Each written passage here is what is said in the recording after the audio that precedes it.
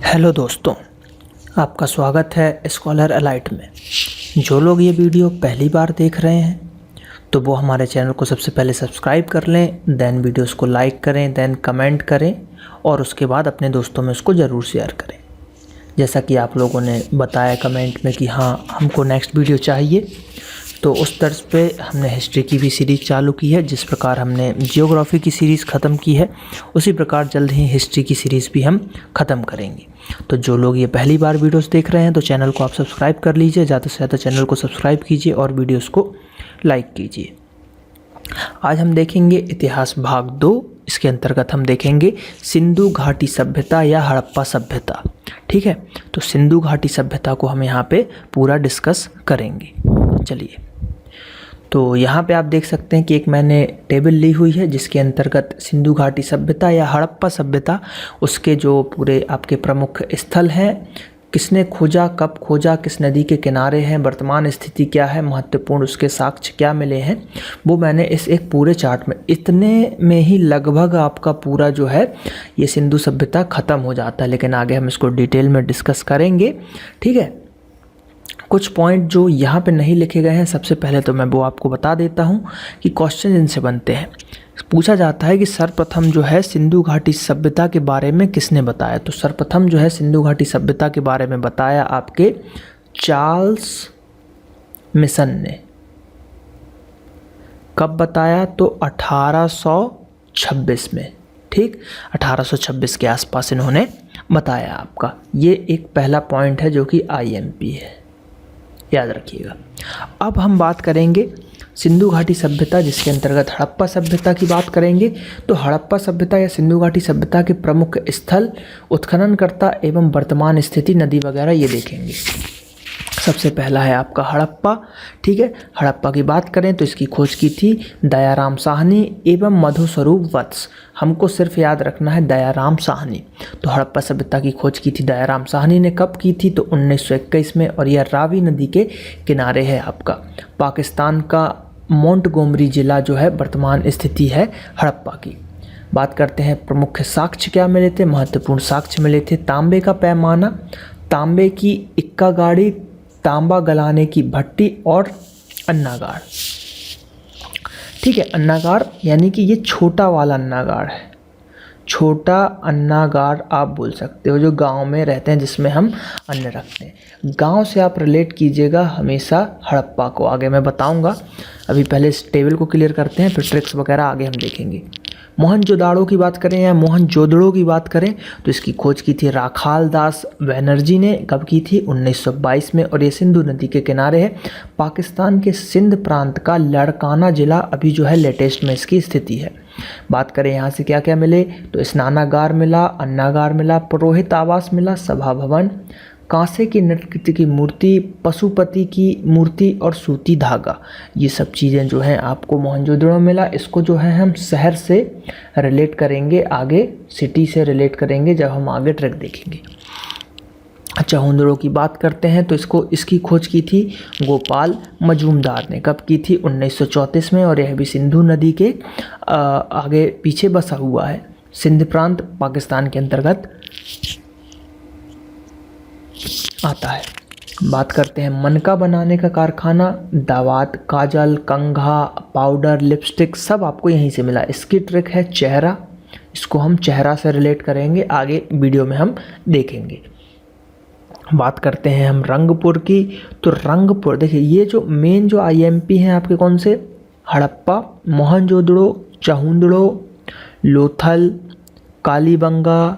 ठीक, ये कुछ इंपॉर्टेंट है, बाकी तो इंपॉर्टेंट एग्जाम में कुछ भी पूछ सकता है, लेकिन मेन इंपॉर्टेंट ये है। रंगपुर की बात करें तो इसकी खोज की थी रंगनाथ ने, नाम में ही रंग है, रंगनाथ राव। कब की थी? 53 से 54 के बीच में। नदी का नाम है मादर। बात करते हैं गुजरात का कठियावाड़ा या कठियावाड़ा जिला। ठीक है, ये आपका वर्तमान स्थिति है। और बात करते हैं साक्ष्य की, तो यहाँ से चावल की भूसी प्राप्त हुई थी।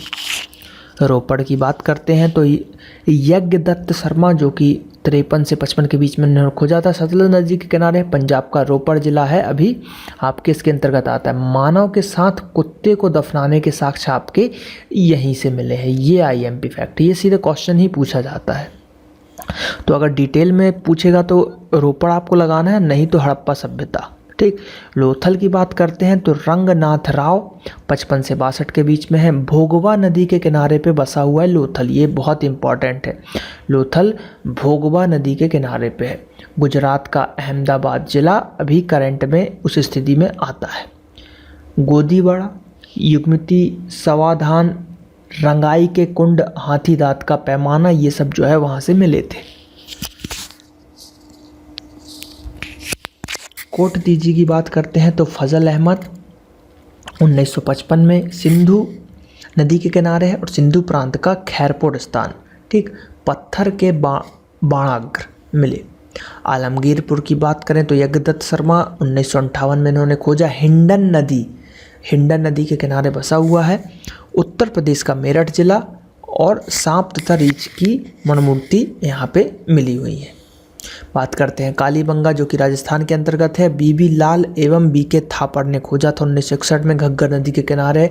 अभी प्रेजेंट स्थिति राजस्थान का श्री गंगानगर जिला आता है। जूते खेत, अग्नि वेदियाँ यानी कि हवन कुंड, पक्की ईंटें, ठीक, ये सब फर्श वगैरह मिले। बात करते हैं धौलावीरा की तो JP जोशी ने उनको खोजा 67 और 68 के बीच में। गुजरात का कच्छ जिला भी करंट स्थिति है। पॉलिस्टार श्वेत पाषाण पाषाण खंड, स्टेडियम सैंदव, ठीक है, लिपि के 10 बड़े अक्षर, लंबा जलाशय, ये सब मिला धौलावीर। बनावली की बात करें तो रविंद्र सिंह वेस्ट 73 से 74 में खोजा गया है। और नदी की बात करें तो रंगोई नदी के किनारे हरियाणा का हिसार जिला जो है आपका इसके अंतर्गत आता है। और मिट्टी का खिलौना, हल, जौ और मातृ देवी की मूर्ति जो है यहाँ पे आपकी मिली हुई थी। तो ये देखिए टेबल तो है याद करने की चीज़, ठीक है। इसमें जो मैंने आपको बताया है कि हड़प्पा, मोहनजोदड़ो, चहुंदड़ो, कालीबंगा, लोथल, धौलावीरा, ये कुछ IMP चीज़ें हैं जिनको आपको याद करना है। टेबल तो डिस्कस हो गई, अब हम हर एक पार्ट को थोड़ा सा डिटेल में देखेंगे। तो चलिए देखिए, ये आपका एक मैप मैंने लिया हुआ है। इसमें आप देख सकेंगे प्रमुख स्थल मैप के हिसाब से। जैसे देखिए ये सुत उगदा है, रंगपुर है, रोजदी है, लोथल, ये देखिए आपका ये गुजरात वाला सेक्शन हो गया। ठीक, लोथल कहाँ पे, गुजरात के पास है, ठीक है।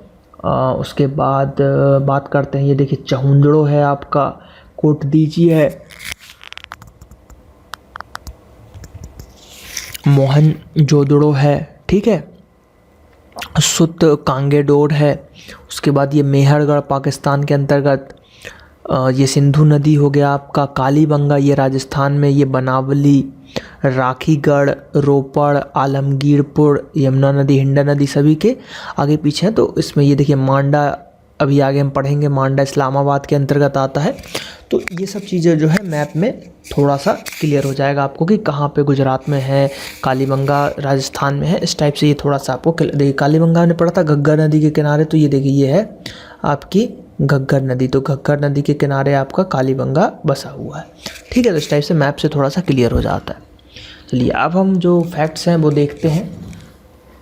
सर्वप्रथम बात करते हैं 1921 में राय बहादुर दयाराम साहनी ने तत्कालीन भारतीय पुरातत्व विभाग के निर्देशन सर जॉन मार्शल, ठीक, सर जॉन मार्शल के नेतृत्व में हड़प्पा नामक स्थान की खुदाई स्टार्ट करवाई थी। हड़प्पा के पश्चात 1922 में राखालदास बनर्जी ने मोहनजोदड़ो नामक स्थल खोजा। रेडियो कार्बन C14 विश्लेषण पद्धति के द्वारा सिंधु सभ्यता की सर्वमान्य तिथि जो है 2350 ईसा पूर्व से 7050 ईसा पूर्व मानी गई है। ये IMP है, 2350 ईसा पूर्व से 7050 ईसा पूर्व मानी गई है। बात करते हैं अगले पॉइंट की, तो अगला है कि सिंधु सभ्यता के अन्य नदी घाटियों तक विस्तृत स्वरूप का पता चलने के कारण इसे हड़प्पा सभ्यता के नाम से अधिक जाना जाता है। तो हड़प्पा को इस नगरीय सभ्यता यानी कि देखिए सिंधु सभ्यता जो है नदी घाटियों के विस्तार के रूप में जो है फेमस है, तो हड़प्पा सभ्यता के नाम से जाना जाता है। और हड़प्पा को इसकी नगरीय सभ्यता, जो नगर नियोजन जो था इसका बहुत ही अच्छा था, उसके लिए भी इसको जो है आपका नगरीय उसके जो है जाना जाता है। एक चीज़ मैंने यहाँ पे ली हुई है, इसमें देखिए आपको दिख रहा होगा इसका तो हाँ देखिए, ये हो गया आपका नॉर्थ, ये हो गया आपका साउथ, ये हो गया आपका वेस्ट और ये हो गया आपका ईस्ट। ठीक, पूरा पश्चिम उत्तर दक्षिण। तो बात करते हैं, देखिए मांडा, अभी हमने देखा था पिछले डायग्राम में ये मांडा कहाँ था, यहाँ पे सुतकांगेडोर। ठीक, इनको देखते जाइएगा। यहाँ पे दैमाबाद, यहाँ पे आलमगीरपुर। ठीक, यहाँ पे आलमगीरपुर। तो अब जो वो डायग्राम इमेज देखिए, मांडा, ठीक, आलमगीरपुर, सुतकांगेडोर, ठीक, उसके बाद जो आपका ये दैमाबाद, ये। तो अब जो देखिए, अगर आप इसको जोड़ो, ठीक, यहाँ इसको भी जोड़ो और यहाँ इसको भी आप जोड़ो, तो अगर ये थोड़ा सा इधर कर दिया जाए तो ये लगभग, अगर इसकी बात करें तो ये त्रिभुजाकार हो गया ना, ये लगभग त्रिभुजाकार हो गया आपका। ठीक, त्रिभुजाकार में ये हो गया त्रिभुजाकार। तो ऐसा बोला जाता है कि हड़प्पा सभ्यता जो है त्रिभुजाकार सभ्यता है। हड़प्पा जो था वो त्रिभुजाकार था और लगभग 13 लाख वर्ग किलोमीटर में फैला हुआ है या फैला हुआ था। 13 लाख वर्ग किलोमीटर और त्रिभुजाकार, आप ज़रूर याद रखिएगा। अब हम यहाँ पे डिस्कस करते हैं। तो क्वेश्चन ये पूछा जाता है कि नॉर्थ में हड़प्पा सभ्यता का सबसे लास्ट वाला जो जगह था उसका नाम क्या है, तो उसका नाम है मांडा। कहाँ पे है? चिनाब नदी के किनारे, जम्मू कश्मीर के अंतर्गत अखनूर जिला में आता है। पश्चिमी बात करें तो सुतकांगेडोर दास्क नदी के अंतर्गत आता है और ये बलूचिस्तान पाकिस्तान के अंतर्गत आता है। दैमाबाद ये दक्षिण में आता है। प्रवरा नदी, गोदावरी नदी को कहते थे, प्रवरा नदी के किनारे है। अहमदनगर महाराष्ट्र। पूरब में आलमगीरपुर हिंडन नदी के किनारे है, जो कि मेरठ उत्तर प्रदेश भारत के अंतर्गत आता है। इसको हमने एक ट्रिक से याद किया है। ट्रिक इज दैट सद्दाम या सद्दाम, ठीक, सद्दाम हुसैन तो सदाम। तो सा से क्या होगा आपका सुतकांगेडोर, दा से होगा दैमाबाद और ये आ की मात्रा लगी है। सा से हो गया सुतकांगेडोर, दा से हो गया दैमाबाद, फिर आ की मात्रा है तो आ से हो जाएगा आलमगीरपुर ये वाला, और फिर माँ से हो जाएगा मांडा। तो इस टाइप से ये चलेगा। बस आपको ये याद रखना है कि ये पश्चिम से स्टार्ट हो रहा है, पश्चिम, दक्षिण, पूरब, उत्तर। ठीक है, पश्चिम, दक्षिण, पूरब और उत्तर। तो ये सीरीज चलेगी। ठीक है, तो ये आपको याद रखना पड़ेगा। तो ये जो है आपका ये 1600 किलोमीटर है और ये लगभग 1400 किलोमीटर ऐसा हो जाएगा आपका। ठीक, ये वाला जो यहाँ से यहाँ तक जो है 1600 किलोमीटर और ये यहाँ से यहाँ तक जो है आपका 1400 किलोमीटर की डिस्टेंस को कवर कर रहा है। चलिए, तो अब बात कर लेते हैं हड़प्पा सभ्यता में। तो हड़प्पा सभ्यता का जो समाज था वो मात्र सत्तात्मक था। ये कुछ पॉइंट्स यहाँ पे हम देख ले रहे हैं। तो हड़प्पा सभ्यता का जो समाज था वो मात्र सत्तात्मक था। कृषि तथा पशुपालन के साथ साथ उद्योग एवं व्यापार भी अर्थव्यवस्था के प्रमुख आधार थे। हड़प्पा सभ्यता के आर्थिक जीवन का मुख्य आधार जो है कृषि ही था। तो ये IMP एक क्वेश्चन बनता है कि आर्थिक जो वहाँ का था, हड़प्पा सभ्यता का जो आधार था वो जीवन का क्या था, तो कृषि। विश्व में सर्वप्रथम यहीं के निवासियों ने कपास की खेती प्रारंभ की थी। मेसोपोटामिया में कपास के लिए सिंधु शब्द का प्रयोग किया जाता था। यूनानियों ने इसे सिंडन कहा, जो कि सिंधु का ही यूनानी रूपांतरण है, सिंडन, तो सिंधु कहा जाता था। हड़प्पा सभ्यता के आंतरिक तथा विदेशी दोनों प्रकार का व्यापार होता था। व्यापार वस्तु विनिमय के द्वारा होता था। वस्तु विनिमय का मतलब होता है कि आप, जैसे कि हमने आपसे 1 किलो गेहूँ लिया, उसके बदले में हमने आपको चावल दे दिया, तो वस्तु विनिमय प्रणाली यानी कि एक्सचेंज करके जो चीज़ें खरीदी जाती थी, पहले ये चलता था। अभी भी गाँवों में कई जगह चलता है कि 1 किलो आप चावल ले जाइए, आपको सामान मिल जाएगा। माप तौल की इकाई संभवतः 16 के अनुपात में थी। हड़प्पा सभ्यता में प्रशासन संभवतः वाणिक वर्ग द्वारा चलाया जाता था। इस सभ्यता में मातृ देवी की उपासना का एक प्रमुख स्थान था। साथ ही पशुपति, लिंग, योनि, वृक्ष एवं पशुओं को भी पूजा जाता था। पशुओं में कुबड़ वाला सांड सर्वाधिक महत्वपूर्ण पशु और उसकी पूजा प्रचलन थी। इम्पॉर्टेंट है, कुबड़ वाला सांड बोला गया है, ना कि गाय बोला गया है। ठीक, गाय की यहाँ नहीं होती थी पूजा। इस काल में मंदिरों के अवशेष नहीं मिले हैं, यानी मंदिर नहीं थे। इस सभ्यता के निवासी मिट्टी के बर्तन निर्माण, मोहरों के निर्माण, मूर्ति निर्माण आदि कलाओं में प्रवीण थे, यानी कि यहाँ से मोहर भी मिली है। ठीक, मिट्टी के जो हैं आपके बर्तन भी मिले हैं, तो ये सब चीज़ें जो है यहाँ से मिली हैं। मोहर की बात करें तो अधिकांश मोहर जो है सेल खेड़ी की बनी हुई थी, तो सेल खेड़ी जो है आपका यहाँ पे मिला हुआ है, सेल खेड़ी। बात करते हैं हड़प्पा की लिपि की, तो हड़प्पा की जो लिपि है वो थी भावचित्रात्मक लिपि थी, और यह लिपि प्रथम 2 पंक्ति में दाएं से बाएं तथा दूसरी पंक्ति में बाएं से दाएं, मतलब हड़प ऐसे चलती थी। ये यहाँ से आई, लेफ्ट उर्दू जैसे लिखते ना, दाएं से बाएं गए, यहाँ गए, फिर यहाँ आए, नीचे आए और फिर ऐसे चलेंगे। ठीक, ऐसे आएंगे, फिर उसके बाद ऐसे आएंगे, फिर ऐसे जाएंगे, फिर ये, फिर ये, फिर ये, इसी को कहते हैं। देखिए, दाएं से बाएं तथा दूसरी पंक्ति में बाएं से दाएं लिखी गई थी, यानी कि यही है। पहले ऐसे जाएंगे, फिर ये, फिर जिगजैग तरीके से ऐसे बढ़ते जाएंगे, बस स्टार्ट दाएं से करते हैं। तो इसी को बोलते हैं, आपका जो इनका लिखने का तरीका था भावचित्रात्मक लिपि में लिखा जाता है। इस लेखन पद्धति को बुस्त्रोफेदम कहा गया है। इसे अभी तक पढ़ा नहीं जा सका है।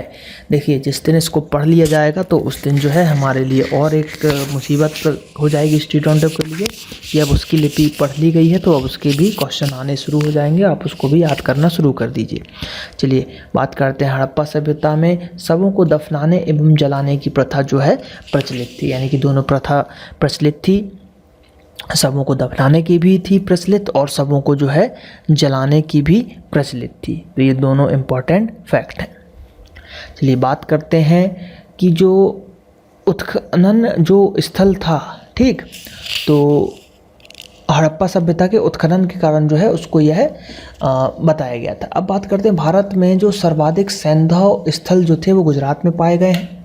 ठीक, गुजरात में पाए गए हैं। बात करते हैं सिंधु घाटी सभ्यता की, तो हड़प्पा सभ्यता कांस्य युगीन सभ्यता जो है आपकी कहलाती थी। सिंधु घाटी सभ्यता क्या कहलाती थी? कांस्य युगीन सभ्यता कहलाती थी। मोहनजोदड़ो जो था उसको मृतकों का टीला भी कहा जाता था। कालीबंगा का अर्थ होता है काले रंग की चूड़ियाँ।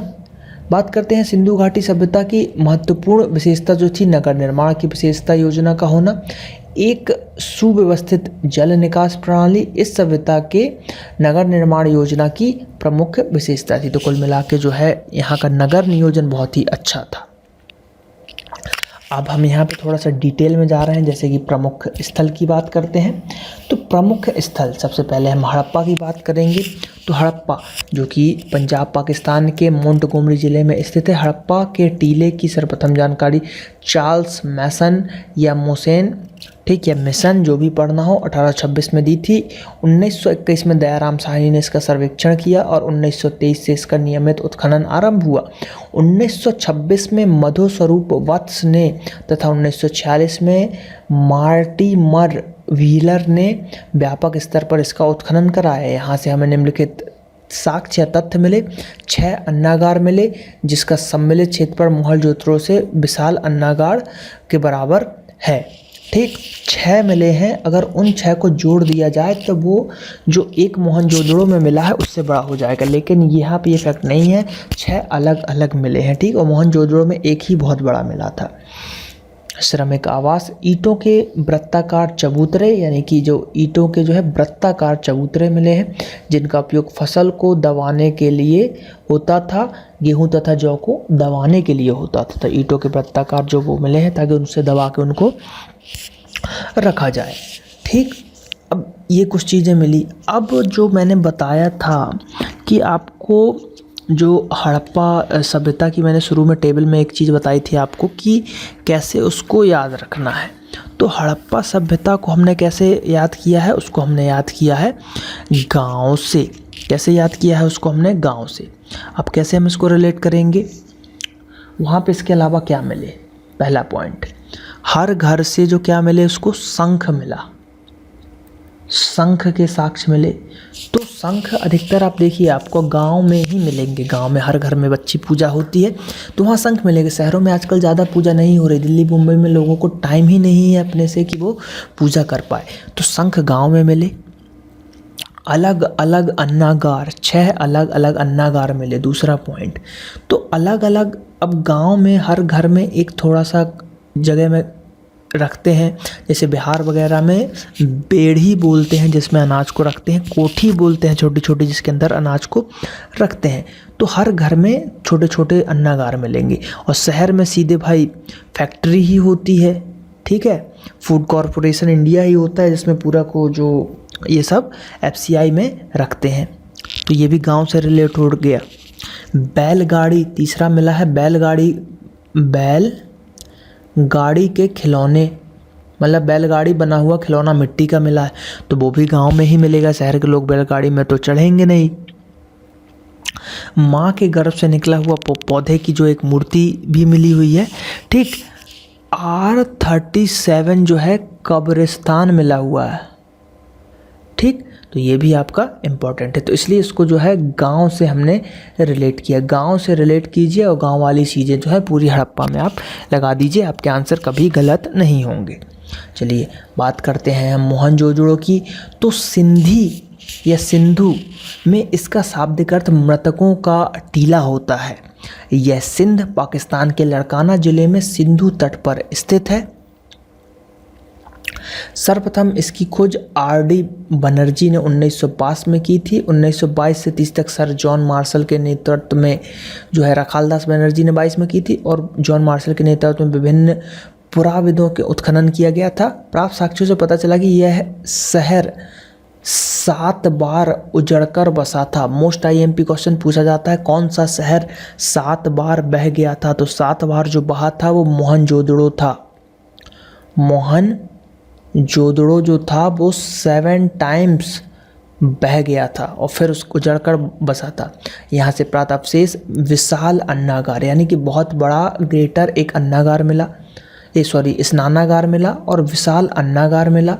महाविद्यालय भवन मिले, सभा भवन मिला, असेंबली हॉल मिले, कांसे की मूर्तियाँ मिली नृत्य करती हुई नारी की, ठीक है, पुजारी योगी की मूर्ति मिली, मुद्रा पर अंकित पशुपतिनाथ शिव जी की मूर्ति मिली या सील मिली। अंकित अंतिम स्तर पर बिखरे हुए एवं कुएं में प्राप्त नर कंकाल मिले, नर कंकाल, ठीक है। सड़क के मध्य कुम्हार का आवा, गीली मिट्टी पर कपड़े का साक्ष्य, ठीक है, ये सब जो है आपके मिले। तो इसको हमने शहर से रिलेट किया। कैसे शहर से रिलेट किया? स्नानागार यानी कि स्विमिंग पूल, ठीक, स्विमिंग पूल। तो स्विमिंग पूल गांव में होता है कि शहर में? शहर में होता है, तो स्विमिंग पूल मिल गया। विशाल अन्नागार FCI food corporation of India कहाँ होता है भाई? शहर में होता है। महाविद्यालय भी कहाँ होते हैं आपके? शहर में होते हैं, ठीक है। कांसे की, अब नृत्य करने, गांव के लोग वैसे ही नाच गाना पसंद नहीं करते, लेकिन आजकल शहर में नाच गाना हो रहा है, तो वहाँ पे नारी, वो भी लड़की डांस कर रही है, उसकी मूर्ति मिली, तो वो भी शहर में ही होगा, ठीक है। बस एक ये पुजारी अब देखिए पुजारी योगी जी की मूर्ति मिली है, तो पुजारी योगी जी की मूर्ति शहर में होती है, लेकिन जो रियल पुजारी रहते हैं वो गांव में बसते हैं, लेकिन जो ढोंगी होते हैं वो अपनी मूर्ति बनवा के शहर में रहने लगते हैं। तो ये यहाँ पे भी आपको मिलेगा। ठीक है, उसके बाद गीली मिट्टी पर कपड़े के साक्ष। कपड़े अधिकतर जो है शहर में ज़्यादा गीले होके फेंक दिए जाते हैं, फेंक दिए गीला हो गया, तो इस टाइप से ये साक्ष्य आपके कब मिलेंगे। तो ये कुछ IMP चीज़ें हैं जो शहर से रिलेट हो जाती है, तो उससे आपको इसको रिलेट कर सकते हो। चलिए बात करते हैं चहुंदड़ो। इसको हमने कैसे रिलेट किया था? चेहरा से रिलेट किया था। तो देखते हैं, मोहनजोदड़ो से 80 मील दक्षिण में स्थित इस स्थल की सर्वप्रथम खोज जो की थी NG मजूमदार ने की थी, वो भी 1931 में की थी। 1935 में इसका उत्खनन जो है मैके ने किया था। यहाँ पे सैंदो संस्कृति के अतिरिक्त प्राक हड़प्पा संस्कृति, जिसे झूकर जाकर संस्कृति भी कहा जाता है, और झांकड़, यानी यही है झूकर झाकड़ या झांगड़ जो है संस्कृति कहते हैं, के अवशेष मिले थे। यहीं के निवासी मुख्यतः कुशल कारीगर थे। इसकी पुष्टि इस बात से हो जाती है कि यह मनके, सीप, अस्थि तथा मुद्रा बनाने का प्रमुख केंद्र था। यहाँ से प्राप्त अवशेषों में प्रमुख है, पहला अलंकृत हाथी खिलौना, एक कुत्ते के बिल्ली का पीछा करते पद चिन्ह।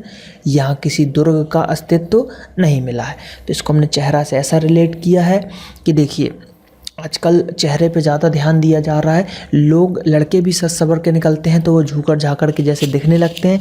यहाँ से हमको कंघी मिला है, ठीक, लिपस्टिक मिला है, पाउडर मिला है। तो जो भी ये सजने संवरने की चीज़ होती है वो आपको चहुंदड़ों में मिलेगा। और ज़्यादा सज सवर लो तो हम मजनू टाइप के दिखने लगते हैं। तो इसकी खोज किसने की? मजूमदार ने इसकी खोज की। तो ये कुछ इंपॉर्टेंट फैक्ट है। बात करते हैं लोथल। लोथल को हमने बंदरगाह से रिलेट किया है, या बंदरगाह इसकी ट्रिक बनाई है। लोथल जैसा कि आप सभी को पता है भोगवा नदी के किनारे बसा हुआ है और यह एक बंदरगाह है। क्वेश्चन पूछा जाता है कि हड़प्पा सभ्यता में बंदरगाह कौन था? तो हड़प्पा सभ्यता में जो है बंदरगाह था आपका लोथल। इसकी डिटेल देखते हैं, क्या बोला जा रहा है। अहमदाबाद ज़िले गुजरात के सरागवाला ग्राम में स्थित इस स्थल की सर्वप्रथम खोज डॉक्टर SR राव ने की थी 1954 में। सागर तट पर स्थित यह पश्चिमी एशिया से व्यापार का प्रमुख बंदरगाह था।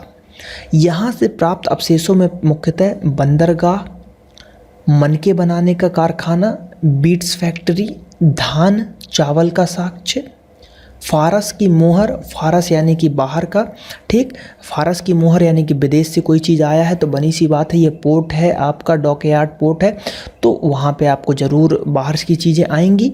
घोड़े के लघु मूर्ति, ठीक, तो जो घोड़े के साक्ष्य मिले हैं वो भी लोथल से मिले। तो क्वेश्चन मोस्ट IMP, घोड़े के साक्ष्य कहाँ से मिले हैं? तो घोड़े, हॉर्सेस के साक्ष्य आपके लोथल से मिले हैं। देखिए बंदरगाह से इसको हम रिलेट करेंगे।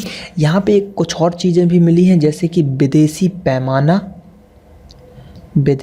पैमाना, ठीक है, घोड़ा, विदेशी मुद्रा, विदेशी आपको मुद्रा, जैसे कि ये फारस की मोहर मिली है, मुद्रा भी मिली है, विदेशी मुद्रा। उसके बाद कुछ चीज़ें और मिली हैं, जैसे कि युगल समाधि। तो यहाँ पे क्या मिला था कि मतलब दो लोगों को साथ में ही समाधि बनाया गया था। तो ये हमारे इंडिया की परंपरा नहीं है, ये बाहर की परंपरा है। तो बंदरगाह विदेशों से आयात निर्यात होता है, तो वहाँ पे सब चीज़ जो है आपकी बाहर की ही मिलेंगी। इसलिए लोथल को हमने बंदरगाह से रिलेट करके, और रियल में वो बंदरगाह ही है, ठीक है। चलिए बात करते हैं कालीबंगा। तो कालीबंगा को आप चूड़ी भी बोलते हैं, चूड़ी से रिलेट कर सकते हैं। ये आपका राजस्थान में आता है और इसको हम रिलेट कर सकते हैं पानी की कमी से भी हम रिलेट कर सकते हैं, पानी की कमी से इसको हम रिलेट कर सकते हैं। राजस्थान, देखिए राजस्थान के गंगानगर जिले में स्थित इस पाक हड़प्पा पुरा स्थल की खोज सर्वप्रथम ए घोष ने 1953 में की थी। यहाँ से जो अवशेष मिले थे, हल के निशान, जुते हुए खेत। तो अब भाई पानी ही नहीं है, तो एक बार आपने खेत को जोत दिया, पानी गिरा ही नहीं, तो वो तो निशान जिंदगी भर रहेगा ना, सूखे खेत को जोत दोगे। तो इसलिए पानी की कमी से क्या हुआ, हल के निशान, जुते हुए खेत के निशान मिल गए। ईंटों से निर्मित चबूतरे, अब भाई पानी की कमी है तो वहाँ पे आप मिट्टी की चीज़ें नहीं बनाओगे ना, मिट्टी की चीज़ बनाओगे तो क्या होगा कि बार बार वो जो है उसको पोतना पड़ता है, तो पानी नहीं है तो ईंट का बना दो सीधे। हवन कुंड, पानी नहीं है उसके लिए भाई आपको यज्ञ करना पड़ेगा, बारिश हो जाए राजस्थान में तो यज्ञ करोगे। और देखिए यज्ञ इसलिए ही होते थे, यज्ञ का फैक्ट है, जब भी यज्ञ होता था तो पहले बारिश हो जाती थी, उससे क्या होता था, यज्ञ में घी वगैरह आग जलाते थे, गर्म वायु ऊपर जाती थी तो ऊपर जो आपकी ठंडी जो थी उसको मेल्ट करके नीचे पानी बरस जाता था, तो ये फैक्ट था। बात करते हैं, अन्नागार भी मिला था, घरों के निर्माण में कच्ची ईंटों का प्रयोग भी हुआ था। और चीज़ें मैं बता दे रहा हूँ, फर्श मिले, नाली मिला, पक्की नाली मिली, फर्श मिला। फर्श इसलिए मिला क्योंकि मिट्टी का अगर होगा तो ज़्यादा पानी लगेगा, लेकिन अगर टाइल्स वगैरह जो लग जाती हैं आजकल तो थोड़े से एक बाल्टी पानी में पूरे घर में पोछा लग जाता है। तो टाइल्स, फर्श, पक्की नालियाँ, ये सब जो है आपके कालीबंगा में आपको मिलेंगी। एक और चीज़, चने मिले, चने भी आपके यहीं मिले, चने बीज जो है यहीं पे आपके मिले। इसको कैसे याद रख सकते हैं कि भाई पानी की कमी थी, आपने चने डाल दिए, पानी गिरा ही नहीं खेत में तो चना उगेगा कहाँ से, वैसे ही का वैसे ही चना पड़ा रह गया। तो ऐसे आप इसको याद रख सकते हो। बनावली की बात कर लेते हैं। अब ये इम्पोर्टेंट नहीं है, जो शुरू के इम्पोर्टेंट जो लाइन से थे उसमें ट्रिक्स काम करती हैं। बनावली की बात करते हैं तो ये बस ये आपको याद रखना है कि हरियाणा के हिसार जिले के अंतर्गत जो है ये खोजा गया है, और इसकी खोज जो है RS विस्ट ने की है, वो भी 1973 में, यानी अभी थोड़ा लेटेस्ट है ये। हड़प्पा संस्कृति है, दृष्टिगोचर होते हैं मोहनजोदड़ो की ही भांति यह भी एक कुशल नियोजित शहर था। यह पक्की ईंटों का निर्माण किया गया था, और शेष में हल की आकृति, जौ, तिल, सरसों ये सब मिले थे। तो कुछ नहीं, आपको याद रखना है इसको कब खोजा गया, 73 में। किसने खोजा, विस्ट ने। और बनावली कहाँ पे है, तो हरियाणा के हिसार जिले में। बस इतनी चीज़ें इंपॉर्टेंट है। बात करते हैं सूतकांगेडोर की, तो सैंधव सभ्यता की पश्चिमी सीमा निर्धारित करता है। मैंने जैसा कि उसमें मैप में आपको बताया था, सद्दाम वाले कोड में यहाँ पे है आपका सूतकांगेडोर, दैमाबाद, आलमगीरपुर और मांडा। तो बलूचिस्तान प्रांत में है। सर्वप्रथम इसकी खोज जो है ए स्टीन ने 1927 में की थी। बेबीलोन के साथ व्यापार में इस बंदरगाह ने महत्वपूर्ण भूमिका निभाई थी। प्राप्त अवशेषों में प्रमुख है मानव अस्तरखाव, ठीक, अस्तराख से भरा बर्तन, तांबे की कुल्हाड़ी याद रखिएगा, मिट्टी निर्मित चूड़ियाँ और बर्तन। ये भी एक बंदरगाह है, सिर्फ 2 बंदरगाह थे, एक था ये और दूसरा लोथल। तो लोथल जो है भारत के अंतर्गत आता है, तो ये क्वेश्चन इसलिए इम्पोर्टेंट हो जाता है। आलमगीरपुर की हम बात करते हैं तो उत्तर प्रदेश के मेरठ जिले में स्थित इस परास्थल की खोज जो है 1958 में की गई थी। सैंधव सभ्यता की बात करें तो सैंधव सभ्यता का पूर्वी छोर निर्धारित करता यह स्थल जो है आपका हड़प्पा संस्कृति की अंत्यवस्था बताता है, यानी कि ये जो पूरब में यहाँ पे आलमगीरपुर जो हिंडन नदी के किनारे हमने देखा था। बात करते हैं सुतकोटदा की, तो गुजरात के कच्छ जिले में स्थित इस स्थल की सर्वप्रथम खोज जगपति जोशी जी ने की थी, वो भी 1964 के अंतर्गत। यह स्थल सैंधव संस्कृति में पतन काल को दर्शित करता है। यहाँ के अवशेषों का प्रमुख है घोड़े की अस्थियाँ यानी बोन्स ऑफ हॉर्स, और एक विशेष प्रकार का कब्रगाह, स्पेशल जो है कब्रगाह वहाँ पे मिला था। रंगपुर की बात करते हैं तो यह स्थल गुजरात के अहमदाबाद जिले के अंतर्गत आता है। क्रमानुसार इसकी खोज 1931 में जो है MS वत्स ने की थी तथा 1953 में RS राव ने की थी। यहाँ पर सैंधव संस्कृति के उत्तरावस्था के दर्शन होते हैं। उल्लेखनीय है कि यहाँ से प्राप्त अवशेषों में ना कोई मुद्रा, ना ही मातृ देवी की मूर्ति या धान की, सिर्फ धान का ढेर जो है यहाँ पे आपका मिला हुआ है रंगपुर में। बात करते हैं हम अली मुराद की, तो पाकिस्तान के सिंध प्रांत में स्थित यह स्थल बैल की लघु जो है मूर्ति, कांसे की कुल्हाड़ी इत्यादि के लिए जाना जाता है। अली मुराद कोट दीजी की बात करते हैं तो सिंध पाकिस्तान के खैरपुर स्थित इस स्थल का सर्वप्रथम खोज जो है घुर्रे ने की थी 1935 में। 1955 में SF F.A. खान ने इसकी नियमित खुदाई कराई। यहाँ पे जो है हड़प्पा सभ्यता में जो पत्थरों का इस्तेमाल हुआ था ये पता चला है। संभवतः पाषाण युगीन सभ्यता रही होगी, ठीक, जिसका अंत हड़प्पा सभ्यता का विकास हुआ है। वाली इस सभ्यता का अंत तथा हड़प्पा सभ्यता का विकास यहाँ पे हुआ है। मतलब पाषाण कालीन जो पत्थरों का यहाँ पे यूज़ किया गया था, ये चीज़ कोटडीजी में बताई जा रही है। चलिए कुछ और हम फैक्ट देख लेते हैं जो हड़प्पा के फैक्ट है। तो इसमें क्या है कि जो कालीबंगा में के एक घर में नक्काशीदार ईंटों का प्रयोग किया गया था। तो कालीबंगा में नक्काशीदार ईंटों का भी प्रयोग किया गया था। विशाल स्नानागार की बात करें तो की खोज सर जॉन मार्शल ने की थी, यानी कि ग्रेटर जो स्विमिंग पूल था या बाथ था उसका। मिट्टी के बर्तन के एक टुकड़े पर सूती वस्त्र का छाप कालीबंगा से ही मिला।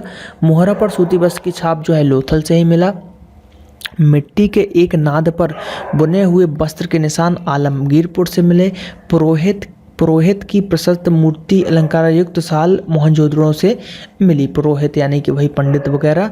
मनके बनाने के कारीगरों की कार्यशालाएं लोथल तथा चहुंदड़ों से प्राप्त हुई। मोहरों पर पक्षियों के चित्र अंकित नहीं है।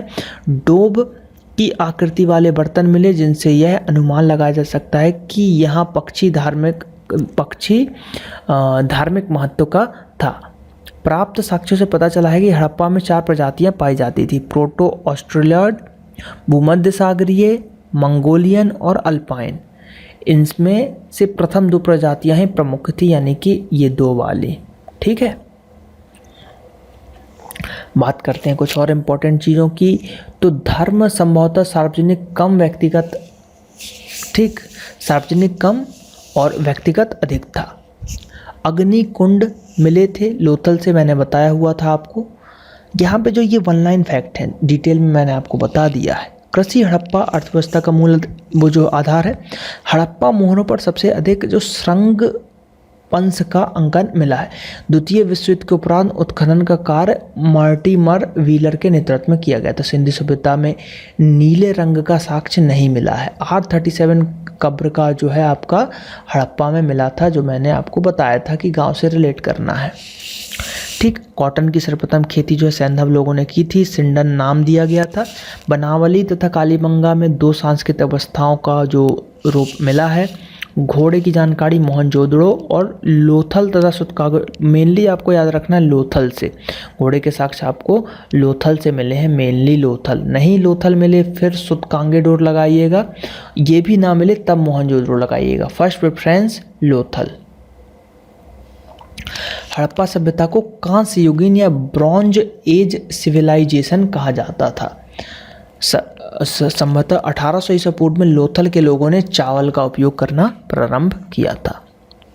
तो ये कुछ जो इम्पॉर्टेंट फैक्ट थे सिंधु घाटी सभ्यता के अंतर्गत, तो वो मैंने आपको यहाँ पे बताया है। तो अगर आपको ये वीडियो अच्छा लगा हो तो हमारे चैनल को सब्सक्राइब कीजिए और नेक्स्ट और प्रीवियस पार्ट जल्द ही अपलोड होते रहेंगे। जल्द ही हम हिस्ट्री को भी पूरा कवर कर लेंगे। तो आप लोग चैनल को सब्सक्राइब कीजिए, हमारे वीडियोस को लाइक कीजिए और ये हमारा फेसबुक पेज है स्कॉलर एलाइट के नाम से, इसको भी लाइक कीजिए। चलिए मिलते हैं नेक्स्ट पार्ट में। धन्यवाद।